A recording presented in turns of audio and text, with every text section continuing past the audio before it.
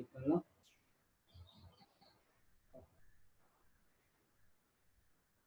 మన వ్యక్తిగతమైన జీవితంలో అనేక విషయాల్ని తరచుగా మనం ప్రార్థన కూడుకున్నప్పుడు ప్రార్థన యొక్క ప్రాముఖ్యతను గురించి మనం ఆలోచన చేస్తున్నాం. ఈ సందర్భంలో లూకా రాసిన సువార్త 22వ అధ్యాయము 31వ వచనం నుంచి కొన్ని వచనాలను చదువుకున్నాం. లూకా రాసిన సువార్త 22వ అధ్యాయము 31 నుంచి 34 వచనాలు ఇలా రాయబడున్నాయి.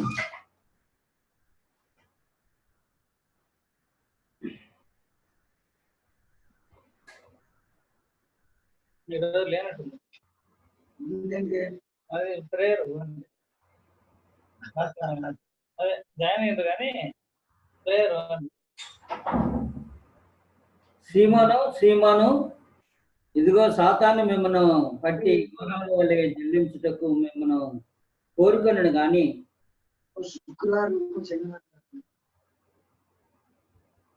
నీ నమ్మిక తప్పిపోకున్నట్లు నేను నీ కొరకు వేడుకొంటిని. నీ మనసు తిరిగిన తర్వాత నీ సహోదరులను స్థిరపరచమని చెప్పాను. అయితే అతడు, ప్రభువా, నీతో కూడా తెరలోనికి మరణమునకు వెళ్ళుటకు సిద్ధముగా ఉన్నానని ఆయనతో చెప్పగా, ఆయన, పేతురు, నీవు నన్ను ఎరుగునని ముమ్మారు చెప్పు వరకు నేడు కోడి కుయ్యదని నీతో చెప్పుచున్నాను నేను. ఈ భాగంలో ప్రభువు వారు సీమోనుని కలిసి ఆయన ఏ విధంగా సీమోనును కూడా అభ్యంతరకరంగా దేవుని సంకల్పానికి ఉండడానికి వారిలోని కొందరిని శోధించును, వారు కూడా శోధనలో పడుదురు అని ఎరిగిన ప్రభు వారు ఈ భాగంలో ముఖ్యంగా 32వ వచనం మీరు చూడగలిగితే, నీ నమ్మిక తప్పిపోకుండానట్లు నేను నీ కొరకు వేడుకొంటిని. అంటే ప్రభు వారు పేతురు కొరకు వేడుకోవడం అనే విషయం మనకి కనిపిస్తుంది. అంటే దేవుని వేడుకోవడం అనేది చాలా ప్రాముఖ్యమైనది. నీ నమ్మిక తప్పిపోకున్నట్లు నేను నీ కొరకు వేడుకొంటిని. నీ మనసు తిరిగిన తరువాత నీ సహోదరులను స్థిరపరచమని ఆయన చెప్పడం కనిపిస్తుంది. అంటే సంఘాన్ని బలపరిచినట్లుగా ఆయన మారు మనసు పొందిన వాడైతే ఆయన ఏ విధంగా సంఘ రాజ్యపు తాలపు చెవులను కూడా ఆయనకి ఇవ్వబడి ఆయన సంఘమును కట్టుట్లో ఉంటాడు అనే దాన్ని ముందుగా ప్రభు ఎరిగిన వాడి ఆయన విషయంలో నేను నీ నమ్మిక తప్పిపోకున్నట్లు నీ కొరకు నేను ప్రార్థన చేస్తున్నాను, వేడుకుంటున్నాను అనే దాన్ని మనం ఇక్కడ ముఖ్యంగా చూస్తున్నాం. కనుక ప్రార్థనలో ఇతరుల కోసం వేడుకోవడం, ఇతరుల కోసం మనం చేయడం అనేది చాలా ప్రాముఖ్యమైనది. నేను దేవునితో మాట్లాడగలను కానీ నీ గురించి నేను దేవునితో మాట్లాడతాను అనేది చాలా ప్రాముఖ్యమైనది. నేను నీకు సహాయం చేయగలిగిన ఒక గొప్ప కార్యం ఏదైనా ఉంటే నీ కొరకు నేను ప్రార్థిస్తాను అని అనడం చాలా విశేషమైనది. అనేక సార్లు మనం ఇతరుల కొరకు యాచనలు చేయము, దీన్ని యాచన అంటారు. ఇతరుల కొరకు ఏదైతే మనం ఏదైతే వేడుకుంటామో, ఇతరుల కొరకు ఏదైతే మనం ప్రార్థిస్తామో, కేవలం వారి పేరును ప్రస్తావించడం మాత్రమే కాకుండా ప్రభు వారు ఇక్కడ సీమోనును గురించి చెప్పినప్పుడు ఆయన చెప్పే విషయం ఏమిటంటే, నీ నమ్మిక తప్పిపోకుండానట్లు, అంత మాత్రమే కాకుండా నీవు తిరుగునట్లు, నీ మనసు తిరిగి కనుక నీ మనసు తిరిగినట్లు, నీ నమ్మిక తప్పిపోకున్నట్లు నీ కొరకు నేను వేడుకుంటున్నాను. మనం కూడా అనేకుల కొరకు ప్రార్థన చేస్తాం కానీ ఏదో వారి పేరుని ప్రస్తావిస్తాము కానీ వారి విశ్వాసం ఏమిటి, వారి నమ్మకం ఏమిటి, వారు దేనిలో మార్పు చెందాలా, ఆ మార్పు కొరకు నేను ప్రార్థించాలా అనే దాన్ని నిర్దిష్టంగా సూటిగా మనం ప్రార్థన చేయడం చాలా ప్రాముఖ్యమైనది. ప్రభు వారు దీన్నే ఈ ప్రార్థనలో ప్రాముఖ్యమైన విషయం ఏమిటంటే ఇతరుల కొరకు ప్రార్థించుట యాచన అంటారంటే ఒకని కొరకు మరొకరితో ఇంకొకరి పక్షాన వేడుకోవడం అనేది. ఇక్కడ ఈ సందర్భంలో దేవుణ్ణి వేడుకుంటున్నాడు క్రీస్తు ప్రభు. ఆయన కొరకు కాకుండా సీమోను కొరకు ప్రార్థిస్తున్నాడు, వేడుకుంటున్నాడు. సీమోని యొక్క విశ్వాసం కొరకు, మారు మనసు కొరకు వేడుకుంటున్నాడు. ఇది చాలా ప్రాముఖ్యమైనది. నేను ఇతరుల కొరకు ప్రార్థన చేస్తాను, ఎందుకంటే నేను చాలా బలహీన గనక, వారు ఎంతో అవసరతలో ఉన్నారు గనక మరి దేవునికి ప్రార్థన వారి పక్షాన చేయాలి అనేది ప్రార్థన. ఈ ప్రార్థన వారిని మారుస్తుందో లేదో కానీ వారి కొరకు మనం ప్రార్థన చేస్తే ఆ ప్రార్థన మనల్ని మారుస్తుంది, మనలో మార్పు తెస్తుంది. యాచనలో ఉండే ప్రాముఖ్యమైన గుణలక్షణం అది. యాచించుట, ఇతరుల కొరకు ప్రార్థించుట, ఇతరుల విషయంలో ప్రార్థించుట అనేది, ఒకవేళ మనం ఎవరిని గురించి ప్రార్థిస్తున్నామో వారు మారు మనసు పొందకపోవచ్చు, లేకపోతే వారు మార్పు చెందకుండా పోవచ్చు, కానీ వారి విషయంలో ఎలాంటి మార్పు రాకపోయినా మనలో వారి విషయమై చేసిన ప్రార్థన మన జీవితాల్లో మార్పు తేవడానికి అవకాశం ఉంది. కనుక ప్రార్థన అనేది, ఇతరుల కొరకు ప్రార్థన చేయుట మహా గాఢమైనది, ఆదర్శమైనది, స్వార్థరహితమైన కార్యముగా ఉంటుంది. ఆదర్శమైన స్వార్థరహితమైనదిగా దేవుడును మనుషుడును ఇందులో శ్రేష్టమైన బాంధవ్యంతో మహా గొప్ప ప్రార్థన అవకాశాన్ని మన అవసరతల కొరకు మాత్రమే కాకుండా, మన అభివృద్ధి కొరకు మాత్రమే కాకుండా, మన ఆత్మీయ సమస్యల్ని పరిష్కరించుకోవడానికి మాత్రమే కాకుండా, మన నిత్య అవసరతల్ని దేవుని చిత్తం నాలో జరిగించును గాక అని మన కొరకే ఎల్లప్పుడూ ప్రార్థించడం కాకుండా ఇతరుల కొరకు ప్రార్థన చేయడమే యాచన అనేది. అవి నీ కొరకు సంబంధించినవా, ఇతరుల కొరకు చేసేవా అనేది మనం గుర్తించాలి. యాచనల గురించి ప్రార్థన చేసేటప్పుడు మనం చేసే తీవ్రమైన ప్రార్థన ఇతరులకు సంబంధించినవిగా ఉండాలి. ఇంకా ప్రార్థనలో మన గురించి అడిగేటప్పుడు చాలా వరకు చాలా విషయాల్ని నిర్దిష్టంగా అడుగుతాం, కానీ ఇతరుల కొరకు ప్రార్థించేటప్పుడు అలాంటి నిర్దిష్టమైన అంశాలు మనకి దొరకకుండా సహజంగా సర్వసాధారణంగా పేర్లు వల్లించి ముగించుకుంటూ ఉంటాం. వాస్తవానికి మనం చేసే తీవ్రమైన ప్రార్థన బహు ప్రాచీన కాలంలో కూడా అనేకులు దేవునికి ప్రార్థించినప్పుడు ఇతరుల కొరకు ప్రార్థించినట్లు మనకి కనిపిస్తుంటది.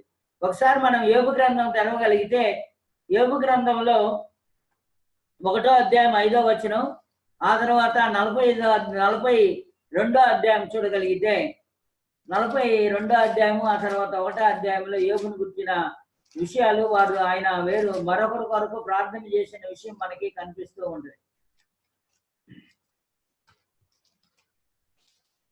1వ అధ్యాయం 5వ వచనం చదువుతాం.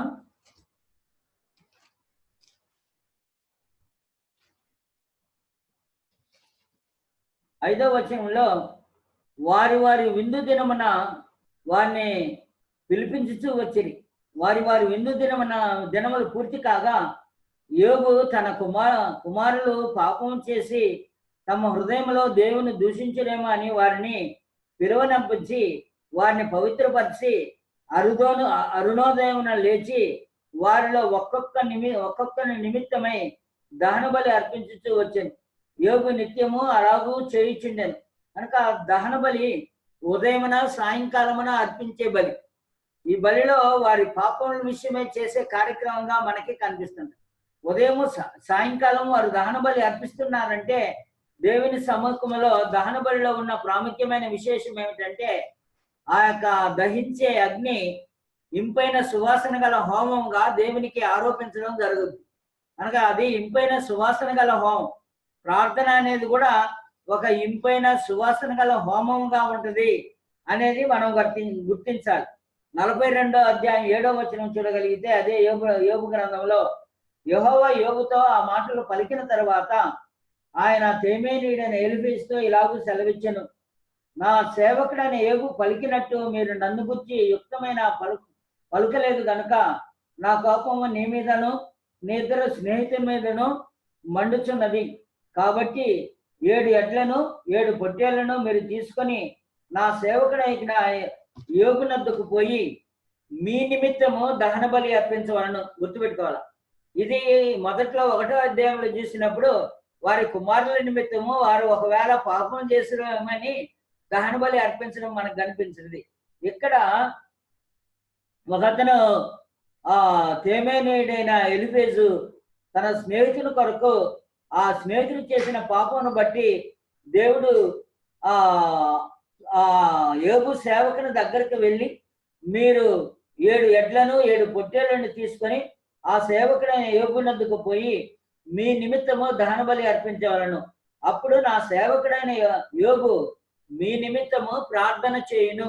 కనుక దహన బలి అర్పించడం అనేది ప్రార్థనకి ఇంపైన సువాసన గల హోమంగా భాగంగా ఉంది అనేది మనకి ఇక్కడ కనిపిస్తుంటది. అప్పుడు వారు ఎప్పుడైతే స్నేహితులు దహన బలిని తీసుకుని వెళ్ళి యోబు దగ్గర అర్పణలు అర్పిస్తారో అప్పుడు ఆ సేవకుడు వారి నిమిత్తమై ప్రార్థన, ఆయన కొరకు చేసే ప్రార్థన, ఆయన కొరకు అర్పించే బలి కాదు. ఈ దహన బలి వారి నిమిత్తమై, వారు చేసిన పాపముల నిమిత్తమై యోబు వారి నిమిత్తమై ప్రార్థన చేయడం మనకి కనిపిస్తుంది. మీ అవివేకమును బట్టి మిమ్మల్ని శిక్షింపకుండానట్లు నేను అతన్ని మాత్రము అంగీకరించేదను. ఎలా అనగా నా సేవకుడైన యోబు పలికినట్లు మీరు నన్ను గూర్చి యుక్తమైనది పలుకలేదు. అదే అనమాట. నేను యోబు ప్రార్థనను ఆలకిస్తానేమో కానీ మీ ప్రార్థనను నేను ఆలకించను. అందుకని యోబు దగ్గరికి వెళ్ళి, యోబు దగ్గరికి మీ దహన బలిని తీసుకుని వెళ్ళి ఆయనకి ఇచ్చి, ఆయన మీ నిమిత్తము దహన బలి అర్పించి ప్రార్థన చేసిన ఎడ్ల నేను ఆయన యొక్క ప్రార్థనని, మీ నిమిత్తమైన ప్రార్థనని నేను అంగీకరిస్తాను, కానీ మీ ప్రార్థనను నేను అంగీకరించను. ఎందుకు వారి యొక్క యోబు స్నేహితుల యొక్క ప్రార్థనను అంగీకరించలేదంటే వారు దేవుని గురించి సరిగా యుక్తముగా పలికిన వారు కాదు. అలాగూ దేవుని గురించి సరి అయిన భావన మన హృదయంలో లేకపోయినా, దేవుని గురించిన సరి అయిన స్పష్టమైన అవగాహన లేకపోయినా మనం ప్రార్థించడం దేవునికి అంగీకారంగా ఉండదు. ప్రార్థనని దేవుడు అంగీకరించడం దానికి ఇది ఒక చారిత్రకమైన ఉదాహరణగా మనకి కనిపిస్తూ ఉంటుంది. ఈ చారిత్రకమైన ఉదాహరణలో మనం నేర్చుకునేది ఏమిటంటే, ప్రార్థన సన్నిధికి వెళ్ళేదానికి ముందుగా మన హృదయంలో దేవుని గురించి యుక్తమైన భావాలు కలిగి ఉండాల, లేఖనానుసారమైన భావాలు కలిగి ఉండాల. దేవుని గురించి, దేవుని దైవత్వాన్ని గురించి, ఆయన కుమారుని గురించి, ఆయన పరిశుద్ధాత్మను అందాలి సహవాసాన్ని గురించి యుక్తమైన భావాలు మనం కలిగి ఉండకుండా దేవుని గురించి మనకు నోటికొచ్చినట్టు మనము బోధిస్తూ లేకపోతే చెప్తూ దేవుని దగ్గరికి వెళ్ళి ప్రార్థన చేయడం అంటే, ఆయన ఈ స్నేహితులు, యోబు స్నేహితులు చెప్పినట్టుగా నేను మీ మాటలని వినను, ఎందుకంటే మీ మాటలు యుక్తమైనవి కాదు, నన్ను గురించి మాట్లాడినప్పుడు నా సేవకుడైన యోబు పలికినట్లుగా మిమ్మల్ని గురించి నేను యుక్తమైనది పలుకలేకుండా పోయాను అనే విధంగా దేవుడు మాట్లాడినట్టు మనకి కనిపిస్తూ ఉంది ఈ భాగంలో. ఈ విషయాన్ని మనం చూసినప్పుడు లేఖనానుసారంగా ప్రార్థన ఇతరుల కొరకు అది ఇంపైన సువాసన గల హోమముగా దేవునికి అంగీకారంగా యోగ్యంగా ఉండాలనుకుంటే మనము గాఢమైన ప్రార్థన మాత్రమే కాకుండా ఆ ప్రార్థనకి తగిన లక్షణాలను గుర్తించడం అనేది చాలా ప్రాముఖ్యమైనది. అలాగూ ప్రార్థన జీవితం ఒక అసమానమైన ఒక ప్రార్థన. దేవుడు కొన్నిసార్లు ఇతరుల మాటలని ఆలకించకపోయినా దైవజనుల యొక్క మాటలని, దేవునితో ఎవరైతే యుక్తంగా తమ జీవితాన్ని సజీవ యాగంగా సమర్పించుకొని దేవునికి ఇంపైన సువాసన గల హోమంగా వారి జీవితాలని అంకితం చేసుకొని రోమిల రాసిన పత్రిక 12వ అధ్యాయంలో చెప్పిన విధంగా మనము మన శరీరములను సజీవ యాగముగా సమర్పించుకొనుట దేవునికి యుక్తమైనదే అని తెలియచేయబడింది. అలాంటి యుక్తమైన దాన్ని చేసే దైవజనుల యొక్క ప్రార్థన దేవుడు ఆలకిస్తాడు. కాబట్టి మనము కూడా దేవుని గురించి పలికే మాటలు ఉన్నాయే మన నోట్లో నుండి, మన హృదయంలో నుండి లేఖనానుసారంగా యుక్తమైన రూపంలో రావడం అనేది చాలా ప్రాముఖ్యమైనది. మనం మోషేను గురించి చూసినప్పుడు కూడా నిర్గమకాండం 32వ అధ్యాయంలో ప్రార్థన జ్ఞాపక చిహ్నంగా దేవుని బయలుపరుస్తూ అది మోషే కూడా ఆయన నిర్గమకాండంలో 24వ అధ్యాయంలో మోషే దేవుని గురించి సరి అయిన భావన కలిగిన వాడుగా ఆ గ్రంథంలో మనకి కనిపిస్తుంటది. ఒకసారి మీరు యోబు గ్రంథం నిర్గమకాండం 32వ అధ్యాయానికి వెళ్ళగలిగితే ఆ 32వ అధ్యాయంలో మోషేను గురించిన వివరణ మనకి, ఆయన ప్రార్థనని, ఇశ్రాయేలు పక్షంగా చేసే ప్రార్థనని ఏ విధంగా చూశాడు అనేది మనకి ఇక్కడ 32వ అధ్యాయంలో కనిపిస్తుంది. ఒకసారి నిర్గమకాండము 32వ అధ్యాయంకి వెళ్దాం. 32వ అధ్యాయంలో వాస్తవానికి ఈ అధ్యాయం అంతా మనం చూడాలి. ఈ అధ్యాయం అంతట్లో కూడా మోషే ప్రార్థన మనకి నేరుగా 7వ వచనం దగ్గరికి వెళదాం. 7వ వచనంలో యెహోవా మోషేతో చెప్పిన మాటలు మనకి కనిపిస్తుంటాయి. ఆయన కొండ దిగువ వీరు చేసిన కార్యక్రమాలని ఆయన చూసి మోషేని పంపించి వారు ఏం చేస్తున్నారో, ఇశ్రాయేలు ఐగుప్తుల నుండి రప్పించిన దేవునిని మరచి వారి దేవునికి ప్రతిగా వారు ప్రతిమా స్వరూపములను వారి యొక్క బంగారులను తీసి ఆ బంగారమును పోగు చేసి అహరోను నాయకునిగా ఉంచుకొని విరోధముగా దేవుని రేపే కార్యక్రమాన్ని వారు చేశారు అనే దాన్ని చెప్తూ ఉంటాడు ఈ భాగంలో. ఆ కార్యక్రమం జరిగిన తర్వాత 7వ వచనంలో యెహోవా మోషేతో ఇట్లనెను, నీవు దిగి వెళ్ళుము, ఐగుప్తు దేశము నుండి నీవు రప్పించిన ఇశ్రాయేలు చెడిపోయిరి. నేను వారికి నియమించిన త్రోవ నుండి త్వరగా తొలగిపోయి తమ కొరకు పోత పోసిన దూడను చేసుకొని దానికి సాగిలపడరి. కనుక ఇలాగూ చేసిన కార్యక్రమాన్ని నువ్వు వెళ్ళి అక్కడ ఏం జరిగిందో చూడన్నప్పుడు మరలా యెహోవా 9వ వచనంలో, నేను ఈ ప్రజలను చూచి ఉన్నాను, ఇదిగో వారు లోబడనొల్లని ప్రజలు, కావున నీవు ఊరకుండుము, నా కోపము వారి మీద మండును. కనుక ఈ సందర్భంలో దేవుని ఆయన ఏమడుగుతున్నాడో, ఐగుప్తులో నుండి నీవు రప్పించిన నీ దేవుడు ఇదే అని చెప్పి ఈ ప్రజలను ఏ విధంగా అయినా ఈ గొప్ప జనముగా నీవే కదా చేసింది, వీరిని నీవు కాల్చివేస్తే నీ కోపం వారి మీద రగులుకుంటే ఎలాగూ అనే దాన్ని దేవుని విన్నవించుకున్న వాడిగా మోషే కనిపిస్తుంటాడు. 11వ వచనంలో మోషే తన దేవుడైన యెహోవాను బతిమాలుకొని, యెహోవా నీవు మహాశక్తి వలన బాహుబలం వలన ఐగుప్తు దేశంలో రప్పించిన నీ ప్రజల మీద నీ కోపము మండనేలా? ఆయన కొండలలో వారిని చంపునట్లు భూమి మీద నుండి వారిని నశింపజేయనట్లు కీడు కొరకే వారిని తీసుకొని పోయినని ఐగుప్తులు చెప్పుకొన వలను ఈ కోపాగ్ని నుండి మల్లుకొని నీవు నీ ప్రజలకు ఈ కీడు చేయక దాని గురించి సంతాపపడము. నీ సేవకులైన అబ్రహాము, ఇసాకు, ఇశ్రాయేలును జ్ఞాపకం చేసుకొనుము. నీవు వారితో ఆకాశ నక్షత్రం వల్లే మీ సంతానం అభివృద్ధి చేసి నేను చెప్పిన ఈ సమస్త భూమిని మీ సంతానమునకి ఇచ్చేదననియు వారు నిరంతరం వారికి హక్కు దారులు అగుదురనియు వారితో నీతోడని ప్రమాణం చేసి చెప్పితేవనను. అంతటా యెహోవా తన ప్రజలకు చేసేదని చెప్పిన కీడుని గురించి సంతాపపడెను. ఇది చాలా ప్రాముఖ్యమైనది.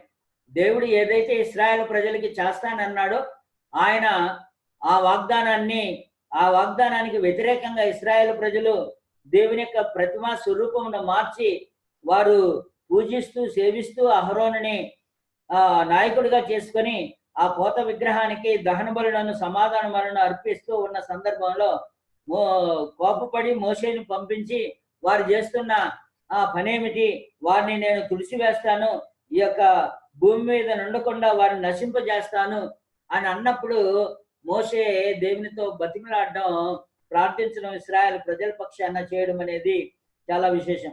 వాస్తవానికి మోషే కోపం వారు చేసిన పాపానికి మండిపోయినట్లు మనకి కనిపిస్తుంది.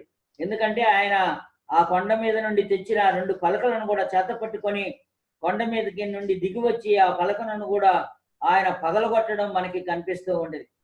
మోషే ఆ విధంగా కోపపడి ఆ కొండ మీద నుండి తెచ్చిన ఆ పలకలను ఆయన పగలగొట్టిన వాడిగా, అహరోను నా ఎలినవాడా, నీ కోపము మండనీయకము, నీ ప్రజలు దుర్మార్గులను మాట నీ వెరుగుదువు, వారు మాకు ముందు నడుచుటకు ఒక దేవతను చేయుము, ఐగుప్తులో మమ్మల్ని రప్పించిన వాడి మోషే ఏమాయనని అనుకున్నారనే వివరణని అహరోను ఇవ్వడం మనకి కనిపిస్తుంటది. 25వ వచనంలో చూసినప్పుడు వారి విరోధులలో ఎవరికి ఎగతాళి కలుగుకున్నట్లు అహరోను విచ్చలవిడిగా తిరుగుటకు వారిని విడిచిపెట్టి ఉండెను. కానీ యెహోవా పక్షమున ఉన్న వారందరూ నా దగ్గర రండి అని మోషే పిలిపించుకోవడం, మోషే వారి విషయంలో దేవునికి ప్రార్థన చేసి దేవుని యొక్క ఆ యొక్క ప్రార్థన బట్టి ఆ దేవుడు సంతాపపడడం అనేది మనకు 5వ వచనంలో కనిపి వారు కీడు విషయమై దాని గురించి సంతాపపడెను. కనుక ఆ ప్రజలు కీడు చేసిన దైవజనులైన వారు, దైవభక్తి కలిగిన వారు, యథార్థమైన హృదయంతో దేవుని గుర్చిన యుక్తమైన మాటలను పలుకగలిగిన యుక్తంగా భావించగలిగిన, యుక్తంగా హృదయంలో దేవుని యొక్క ఆలోచనల్ని కలిగి ఉన్న ఎవరైనా ఇతరుల పక్షంలో ప్రార్థన చేయడం వలన దేవుడు స్పందించి ఆయన ప్రతిఫలం ఇచ్చే దేవుడు అనే విషయం మనకి కనిపిస్తూ ఉంటుంది. ఇలాగూ ప్రార్థన విషయంలో యాచన చేయుట, ఇతరుల కొరకు ప్రార్థన చేయుట అనేది చాలా ప్రాముఖ్యమైనది. ఈ భాగంలో ఆశ్చర్యకరమైన సంగతి ఏమిటంటే, అబ్రహాము, ఇస్సాకు, యాకోబులో దేవుని గుర్తించుకో అని ఆ యొక్క ప్రార్థనలో ఆయన అడగడం, మోషే దేవుని ఎంతగా బాగుగా ఎరిగి ఉన్నాడంటే ఆయన ఉగ్రత విషయంలో ఆయన ఏ విధంగా స్పందిస్తాడో తెలిసి ఉన్నవాడు. కనుక నీవు అబ్రహాంతో చేసుకున్నావు, ఇస్సాకుతో మా విషయంలో నిబంధన చేసుకున్నావు, ఆ నిబంధన చెరిపివేయకుండానట్లుగా మోషే దేవుని యొక్క స్వభావాన్ని, దేవుని గురించి సరిగా ఎరిగిన వాడుగా, నరుడు దేవుని గద్దించడానికి వీలు కాదు కానీ దేవునికి లోబడి ప్రార్థన చేసేవాడుగా దేవుని యొక్క స్వభావాన్ని, దేవుని గురించిన సత్యాన్ని, ఈ ప్రజలను దేవుడు ప్రేమించి ఉన్నాడని, దేవుని గౌరవించడం వీరు లేదని, ఇశ్రాయేలులో రక్షణకర్తయ్యకు నీవే మమ్మల్ని శిక్షిస్తే మేము ఎక్కడికి వెళ్తామనే సంభాషణ ఆ ప్రజల నిమిత్తమై నాయకుడైన మోషే చేయడం అనేది చాలా ప్రాముఖ్యమైనది. అలాగే సంఖ్యాకాండం 12వ అధ్యాయంలో కూడా ఒక వచనాన్ని చూసుకొని ముగించుకుందాం. ఆ సంఖ్యాకాండం 12వ అధ్యాయంలో ఇలాగే సన్నివేశం మనకి కనిపిస్తుంటది. ఈ 12వ అధ్యాయంలో ఇతరుల ప్రార్థన వలన తమ జీవితాలు ఎంతవరదాకి మేలుకరంగా ఉంటాయి జీవితాలకి, నా కొరకు ప్రార్థించు అనే విషయాన్ని మోషే తన దేశాన్ని రక్షించుకోవడం మాత్రమే కాక ప్రార్థన ద్వారా అతని సహోదరి అయిన మిర్యామును, తన సహోదరుడైన అహరోనును కూడా వారు కాపాడుకోవడం, ప్రతిష్ఠించుకోవడం, పవిత్రపరచుకోవడం అనేది జరిగింది. వాస్తవానికి ఇక్కడ జరిగిన సన్నివేశం ఏమిటంటే, ఇక్కడ వీరిరువురు కూడా అహరోను గాని మిర్యాము గాని మోషే నాయకత్వానికి వ్యతిరేకంగా తిరుగుబడి ఆయన కూషీ దేశం నుండి వివాహం చేసుకొని వచ్చినందున జరిగిన విభేదాలు వారి మధ్య కనిపిస్తుంటాయి. మోషే కూషీ దేశపు స్త్రీని పెళ్లి చేసుకొని అతడు పెళ్లి చేసుకున్న ఆ స్త్రీని బట్టి మిర్యాము, అహరోనులు ఆయనకు విరోధంగా నిలబడడం జరిగింది. ఇలాంటి విరోధ భావాన్ని కలిగినప్పుడు దేవుడు ఈ యొక్క వీరు ఆయన మీద, మోషే నాయకత్వం మీద సణుగుతున్నారని గ్రహించిన ఆ దేవుడు వారిని మోషే చేత మాత్రమే కాకుండా మా చేత దేవుడు మాట్లాడ్డా, దేవుడు మోషే ద్వారానే మాట్లాడతాడా, మోషే మాత్రమే ప్రవక్త అయి ఉంటాడా, మోషే మాత్రమే దేవునికి బోరగా దేవుని ప్రజలకి నాయకత్వాన్ని వహించేవాడుగా ఉంటాడా అని వారి జీవితంలోని వ్యక్తిగతమైన ప్రశ్నని తీసుకొని ఆ యొక్క సమాజాన్ని నడిపించట్లో మాతో కూడా దేవుడు మాట్లాడతాడు, మేము కూడా దేవునికి పనికొచ్చే వారమే. ఈ మోషే కూషీ దేశపు స్త్రీని వివాహం చేసుకున్నాడు కాబట్టి ఆ దానిని ఆధారం చేసుకొని ఆయన నాయకత్వం మీద వ్యతిరేకంగా నిలబడటం అనేది జరిగింది. మోషే చేత మాత్రమే యెహోవా పలికించినా ఆయన మా చేత పలికింపలేదా అని చెప్పుకొని ఆ యొక్క విషయాన్ని దేవుడు వారి మధ్య జరిగిన సనుగుల విషయమే దేవుడు విన్నవాడై అప్పుడు మోషేని, ఆ తర్వాత వీరందరిని కూడా ప్రత్యక్షపు గుడారం ఎదుట ఆయన సమ్మన్ చేయడం జరిగింది. ఆ సమ్మన్ చేసిన సందర్భంలో వారు ఆ యొక్క దేవుని యొక్క తీర్పు కొరకు దేవుని యొక్క సముఖానికి వచ్చిన సందర్భంలో ఏమి మాట్లాడుతున్నారో మనకి 3వ వచనంలో మోషేను గురించి తెలియచేయడం జరిగింది. మోషే భూమి మీద ఉన్న వారందరిలో మిక్కిలి సాత్వికుడు, యెహోవా మీ ముగ్గురు ప్రత్యక్షపు గుడారమునకు రండి. హఠాత్తుగా మోషే అహరోను మిర్యాములకు ఆజ్ఞాపించెను. ఆ ముగ్గురు రాగా యెహోవా మేఘస్తంభంలో దిగి ప్రత్యక్షపు గుడారం యొక్క ద్వారం యొద్ద నిలిచి అహరోను మిర్యాములను పిలిచి వారిద్దరు రాగా ఆయన, నా మాటలు వినుడి, మీలో ప్రవక్త ఉండిని అట్లా యెహోవానకు నేను దర్శనమిచ్చి అతడు నన్ను తెలుసుకున్నట్లు కలలో అతనితో మాట్లాడుదును. నా సేవకుడైన మోషే అటివాడు కాడు, అతడు నా ఇల్లు అంతటిలో నమ్మకమైన వాడు. ఏదో దర్శనములో నేను దర్శనమిచ్చి ఆయనతో మాట్లాడేవాడిని కాదు, నేను ఆయనతో ముఖాముఖిగా మాట్లాడేవాడు. ఎందుకంటే నా ఇంటిలో ఆయన నమ్మకమైన వాడు. అంత మాత్రమే కాదు, ఆయన భూమి మీద ఉన్న వారందరిలో మిక్కిలి సాత్వికుడు. ఆ స్టేట్మెంట్ ఈ రోజు కూడా మోసే విషయంలో శాశ్వతంగా నిలిచిపోయింది. ఆయన యొక్క క్యారెక్టర్ విషయంలో ఆయన ఎంత సాత్వికుడు అంటే భూమి మీద ఉన్న వారందరిలో మిక్కిలి సాత్వికుడుగా ఆయన నిలబడ్డాడు అనేది ఒక విశేషమైన విషయం. కనుక ప్రార్థించే మనము ఎలాంటి వారుగా ప్రార్థనా జీవితాన్ని గడిపే సందర్భంలో మనలను మనం మోసే వలె దేవుడు మన మనవల్ని ఆలకించగలిగిన స్వభావాన్ని, దేవుని గురించిన స్వభావాన్ని సరిగా కలిగి ఉండాలా. మనం యుక్తంగా దేవుని గురించి మాట్లాడాలా. అలాగే మనలో కూడా మన స్వభావం కూడా దేవుడు అంగీకరించేలా మనం కలిగి ఉండాలి. మన యొక్క వ్యక్తిగతమైన గుణలక్షణాల్లో కూడా మెరుగుపరుచుకొని దేవుడు మనం ఎలాంటి రూపురేఖలు కలిగి ఉండాలని కోరుకుంటాడో, మోషేని ఏ విధంగా సాత్వికుడిగా, మోషేని ఏ విధంగా తన ఇంటిలో నమ్మకమైన వాడిగా కోరుకున్నాడో, అలాగూ దేవుని ఇంటిలో నమ్మకమైన సాత్వికులైన మనుషులుగా మనం రూపొందుతూ ఉంటే దేవుని గురించి యుక్తంగా మాట్లాడగలం. యుక్తంగా మాట్లాడినప్పుడు ఈ యొక్క విరోధంగా సనిగిన వారు కూడా దేవుని మాటల్ని మోషే ద్వారా విన్నవాడై, మోషే వారి విషయంలో కూడా దేవుడు మోషే పక్షాన నిలబడి వారికి చెప్పడం అనేది మనకి కనిపిస్తుంటది. ఇందులో 8వ వచనంలో, నేను గూఢభావనతో కాదు దర్శనమిచ్చి ముఖాముఖిగా అతనితో మాట్లాడుదును, అతడు యెహోవా స్వరూపమును నిదానించి చూసిన. గుర్తుపెట్టాలి మాట. దేవుని యొక్క స్వరూపాన్ని మనం దర్శనములో చూడలేము, కానీ దేవుని గ్రంథంలో పరిశుద్ధాత్మ యొక్క మాటల్లో దేవుని యొక్క స్వరూప రేఖల్ని నీటిగా ఆయన గీసి మనకి చిత్రీకరించి ఇచ్చిన రూపురేఖల్ని, దైవత్వాన్ని గురించి, క్రీస్తు యొక్క దైవత్వాన్ని గురించి, దేవుని దైవత్వాన్ని గురించి, పరిశుద్ధాత్మ యొక్క దైవత్వాన్ని గురించి మనకి లేఖనాల్లో గీసిన రూపచిత్రం మనం చూడగలిగితే దేవునితో ఎంత సన్నిహితంగా మోసే ఉన్నాడో అంత సన్నిహితంగా మనం దేవునితో ప్రార్థించడానికి అవకాశం ఉంది. అనేక సార్లు దేవుని గురించి సరైన భావన మనకు లేనందున మనము దేవుని యొక్క స్వరూపాన్ని నిదానించి లేఖనాల్లో అపోస్తులు చిత్రీకరించిన రూపాన్ని చూడలేక మనము దేవుని ఇంటిలో నమ్మకమైన వారుగా ఉండలేకపోతూ ఉంటుంటాం. అందుని బట్టి మన ప్రార్థన మన విషయంలో కానీ, మన ప్రార్థనల ఇతరుల విషయంలో కానీ, యాచన విషయంలో కానీ అవి ఫలభరితంగా లేకుండా పోవడానికి కారణం ఏంటంటే దేవుని స్వరూపాన్ని గురించి సరిగా తెలుసుకొని ఉండాలా. దేవుని గురించి పలికేటప్పుడు ఆ పలుకులు యుక్తమైనగా ఉండాలా. రెండవది, మన గురించి దేవుడు ఆలకించగలిగిన రూపంలో మన యొక్క స్వరూప స్వభావ లక్షణాలు ఉన్నాయి. మన నమ్మకత్వం, మనం ఆయన గృహంలో నమ్మకంగా సాత్వికులుగా ఉండడం అవసరం.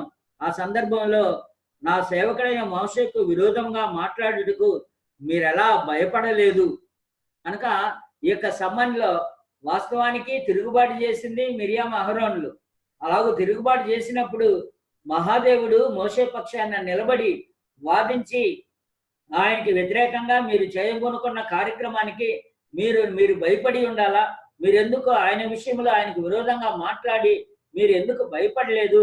యెహోవా కోపము వారి మీద రగులుకున్నప్పుడు అప్పుడు ఆ యొక్క గుడారములో నుండి అహరోను, అయ్యో నా ప్రభువా, మేము అవివేకములు పాపులమైన మేము చేసిన ఈ పాపమును మా మీద మోపవద్దు అని చెప్పడం మనకి కనిపిస్తుంటది.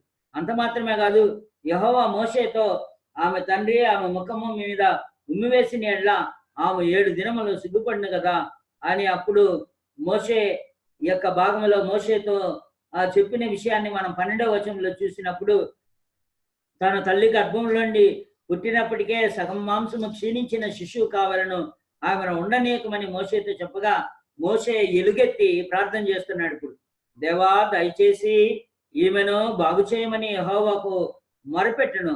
అప్పుడు యెహోవా మోషేతో ఆమె తండ్రి ఆమె ముఖం మీద ఉమ్మి వేసిన ఎడ్ల ఆమె 7 దినములు సిగ్గుపడును కదా, ఆమె పాలెముల వెలుపట 7 దినములు ప్రత్యేకంగా ఉండేవలను, తరువాత ఆమెని చేర్చుకొనవలను. మోషే యొక్క ప్రార్థన వారిని శిక్షించిన విధానంలో నుండి, ఆ శిక్షణలో నుండి, దేవుని యొక్క శిక్షణలో నుండి ఆ యొక్క మనవని ఆలకించి వీరి పక్షాన అంటే మిరియాము అహరోనుల పక్షాన దేవునికి చేసిన ఆ ప్రార్థన ఫలించి వారి జీవితంలో దేవుని శిక్ష నుండి తప్పించుకున్న విషయం మనం ఇక్కడ చూస్తున్నాం. అంతకు మునుపు నిర్గమకాండంలో చూసిన విషయాన్ని కూడా మనం ఆలోచన చేసినప్పుడు ఇశ్రాయేలు ప్రజలు అలాగూ తిరుగుబాటు చేసినప్పుడు మోషే ప్రార్థించి వారిని ఆ యొక్క శిక్ష నుండి దేవుడు సంతాపపడేలా ప్రార్థించాడు. అలాగే ఇక్కడ మిరియాము అహరోనుల విషయంలో కూడా వారు దేవునికి విరోధముగా ఆ మోషే నాయకత్వం మీద తిరుగుబాటు చేసినప్పుడు మోషే పక్షాన దేవుడు నిలబడి వారిని శిక్షించడానికి పూనుకున్నప్పుడు కూడా మోషే యాచించి ఆయనని దేవునిని బతిమిలాడుకోవడం, ఆయనని అడగడం అనేది, దేవా దయచేసి ఈమెను బాగు చేయమని యెహోవాకు మొరపెట్టెను.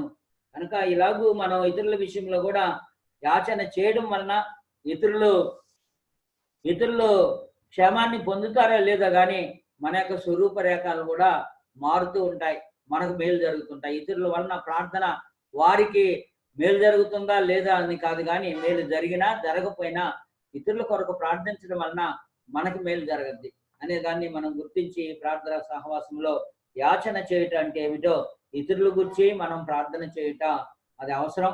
అది నిర్దిష్టంగా ఉండాలి, నిర్దిష్టమైన మనవులుగా ఉండాలి. ఇక్కడ మిరియాము విషయంలో, అహరోను విషయంలో కూడా ఈమెను ఇలాగ చేసేవి కదా, ఈమెను బాగు చేయమని ఆయన బతిమిలాడుకోవడం మనకి కనిపిస్తుంటది. కనుక పరిశుద్ధులైన వారు, దేవుని జనులైన వారు దేవునికి ప్రార్థించడం ప్రాముఖ్యం.